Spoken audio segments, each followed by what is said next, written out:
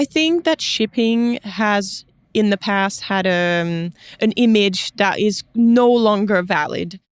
Welcome to the Shipping Podcast, where I meet interesting maritime professionals sharing their passion for the shipping industry and their everyday job. I am your host. My name is Lena Gothberg.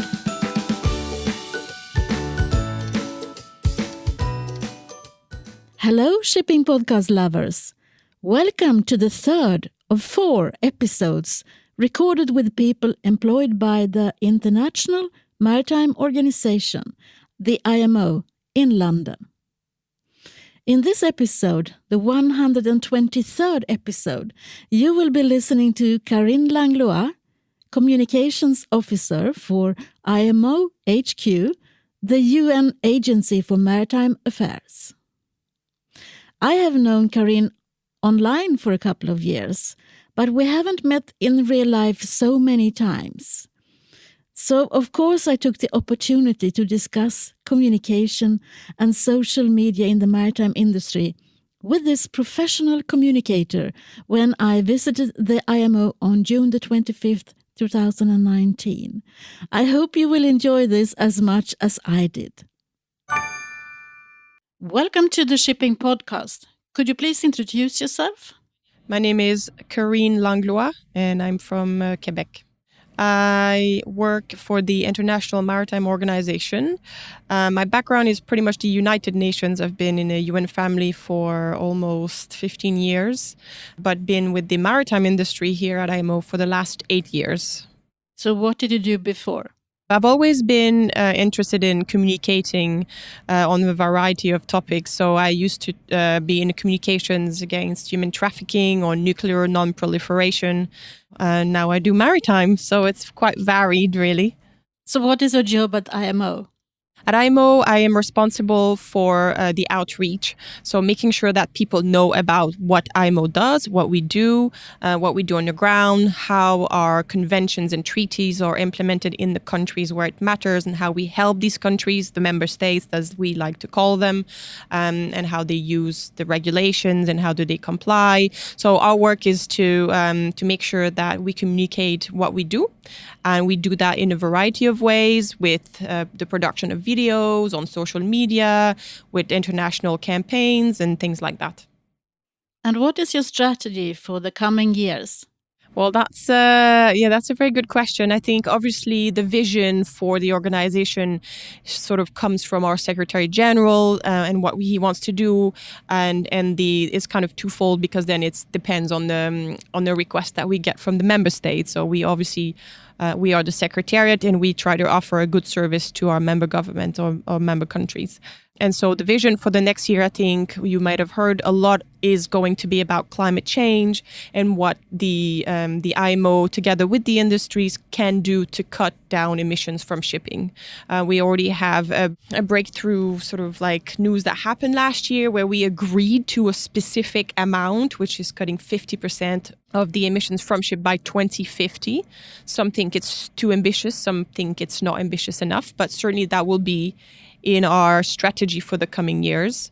And another topic that's close to my heart, which is sort of being spotlight at the moment, is the work that we do to integrate more women into the industry, into the maritime world, and how do we go about that, and making sure not only they get into the industry and they do well, but they just reach higher and higher positions. So these are the type of issues that we'll be working with. There's a huge variety, obviously, from piracy, organized crimes in the maritime industry, to sulfur, cutting sulfur from fuel as well. I mean, there's just a whole lot of variety, but I think these are some of the topics. Oh, and I can't not mention autonomous shipping. I think that's something that we get asked a lot. And what channels do you use? We are currently mostly present on Twitter, Facebook. Our newest platform is Instagram. It took us a little bit of time to join, but we are now there, and we are in awe of how much take-up there is for that platform. People are really interested to to talk to us, to engage with us on that platform. We obviously use YouTube more as a platform to post some of our videos, but we don't want to spread ourselves across too thin. We are a small team here at IMO managing communications. So I think those 4 platforms for now is where we are if you want to reach us. But what is the target group for you? Outside shipping or inside shipping? Well, both. Obviously, we have people that are very interested in the details and technicalities of what we do. We have, very well-educated journalists, and they want to know, things in a specific way. So sometimes we'll be perhaps on LinkedIn, or they'll reach to us directly to find out, details or ask questions. But we also want to reach the audience that are not potentially in the maritime world, the more general public. We want to educate them also a little bit more about, this industry. We obviously talk to the shipping industry.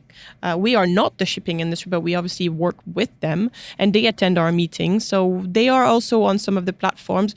We know that a lot of seafarers are on Facebook and they talk to us through comments on there. So I think different platforms will have different audience for us, and we want to reach a variety of audiences, young and old, and obviously the geographical coverage is quite wide, but we try to be where people want answers. What is your message to people outside shipping about shipping?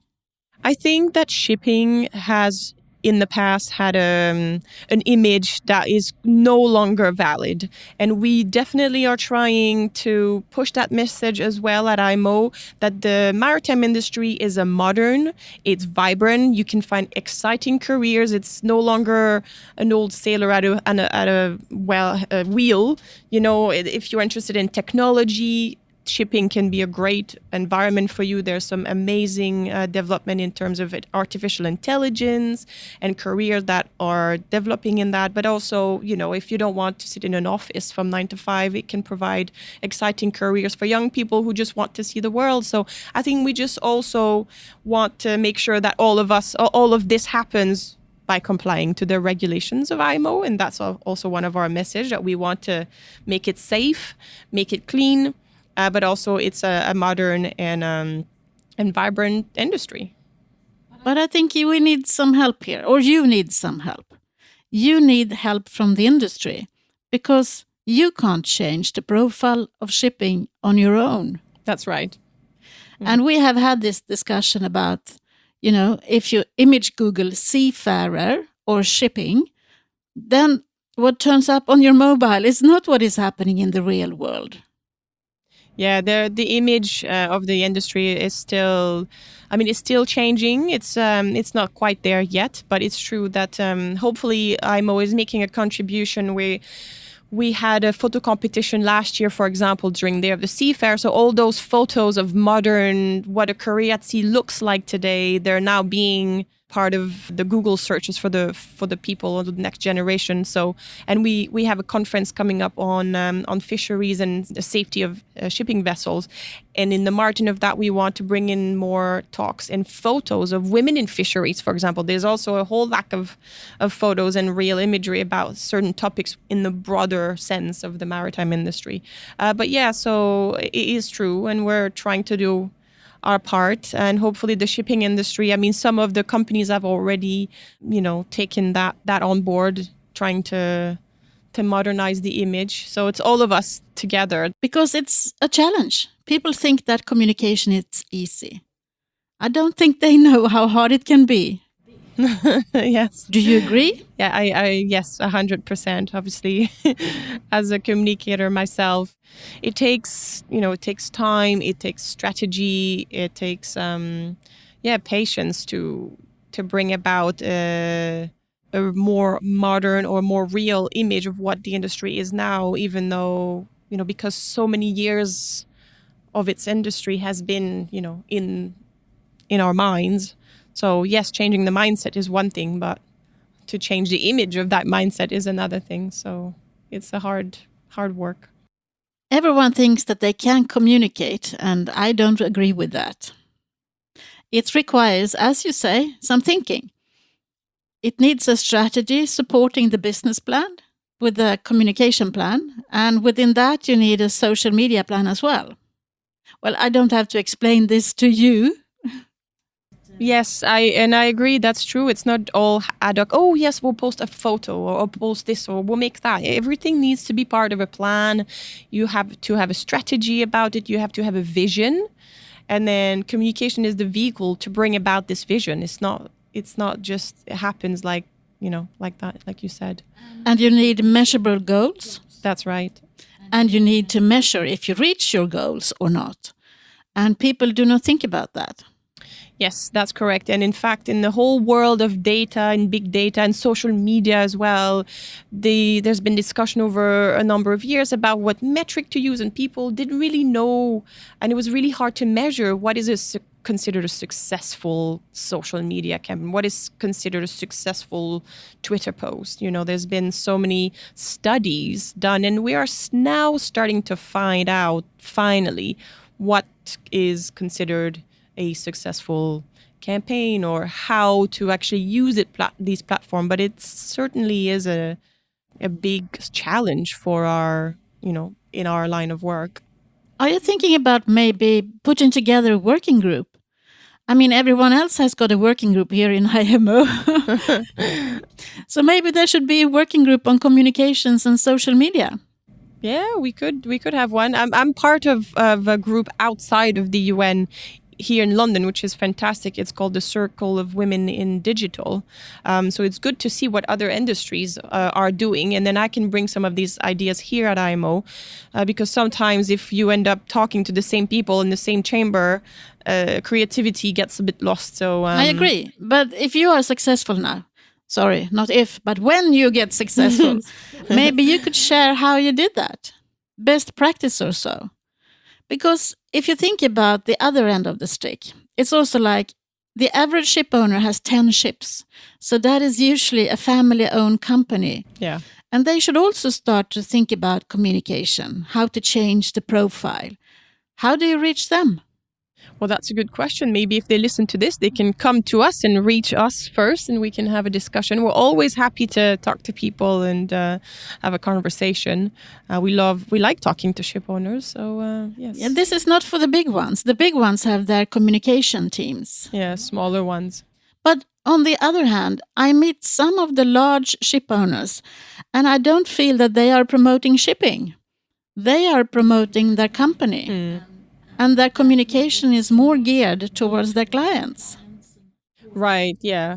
Which is normal in the business model. And at IMO, of course, we are not the shipping industry. Therefore, we can't, be seen. We're not trying to promote the industry. We promote the regulations that are agreed here. And by default, it promotes the industry. But because of the variety of topics that we cover, we end up promoting the industry to some degree.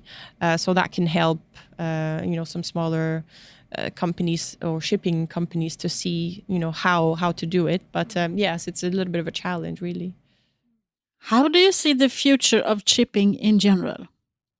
I've been on a lot of ships, and I must admit, I'm quite pleasantly surprised. I think the industry is moving in the right direction.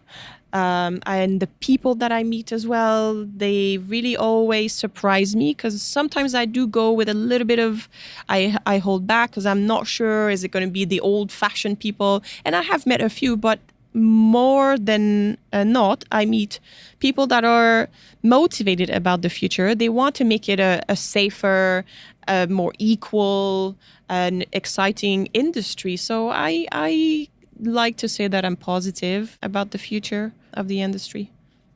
Did you have a role model growing up? Certainly not in the maritime industry, sadly,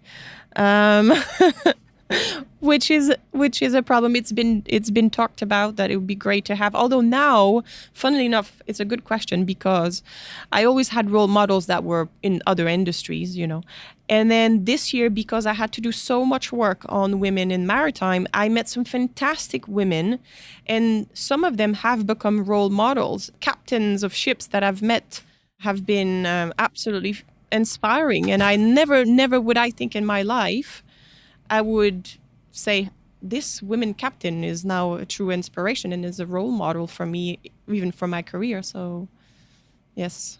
And we are using, some of them will have agreed to be champions for us for Day of the Seafarer. So if you stay tuned, you'll be able to see who has agreed to be our spokesperson for Day of the Seafarer and women empowerment in the industry. I'm looking forward to that. I think I can guess. Who do you think I should interview the next? Who would you be interested in listening to in the shipping podcast? I think one lady that I've met recently who will feature in our film, which is launching this week, by the way, so stay tuned for Turning the Tide, third IMO film, is Captain Wendy Williams. She's a fantastic captain. She is from a place not too far from where I grew up in Quebec, and a fantastic human being. She's now the captain of Lady Scarlet, which is the new line of cruise ship for Richard Branson, and she's very inspiring. I think you should interview her next. I look forward to that. I met her at the World Maritime University conference in Malmö in April, but I couldn't find the time. I was trying to catch as many interviews as possible there, but I will try again and meet her somewhere for this podcast. Thank you, Karine. Thank you for taking the time to speak to me. Excellent. Thank you so much. Thank you, Karine. You are a true star and you do so much work behind the scenes. I know that, and you have my full support. I have been so busy lately. Hey, what's new? It's always like that. But I have decided to enroll into a podcasting coaching session again with the one and only podcasting queen, the Elsie Escobar. This is a review the year and planned for the next year course, which will be my focus for the next 5 weeks or so. There are so many things to remember, to consider, and to analyze when you are an independent podcaster like me. I think it's a good idea to do this in a structured way and to see what I need to change and what I can develop. So my first task was to analyze how many podcast episodes I have published during 2019. Well, it's 25 episodes of the Shipping Podcast. And I actually do a podcast in Swedish as well about how to podcast. And in collaboration with my co-host there, I have released 17 episodes. And then I was asked to count a number of blog posts, speeches, guest appearing in other podcasts, etc. that I have done during 2019. And I'm still counting. This will take a while to go through all the stuff that happened during 2019. So many things.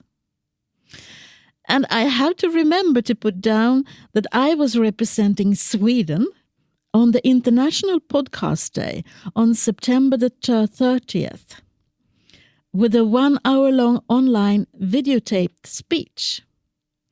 You can probably find it online if you Google my name and International Podcast Day 2019. You know, people outside shipping think that I work in a really cool business. That is something to bring back home, I think. Well, I need to continue my list of summing up 2019. It's a homework that I have to deliver. So, until the next time, from me to you, over and out. Thank you for listening to the Shipping Podcast. Don't forget to tell everyone that you meet that there is a shipping podcast available and that they should download it and listen to the maritime professionals who are sharing their passion for the shipping industry.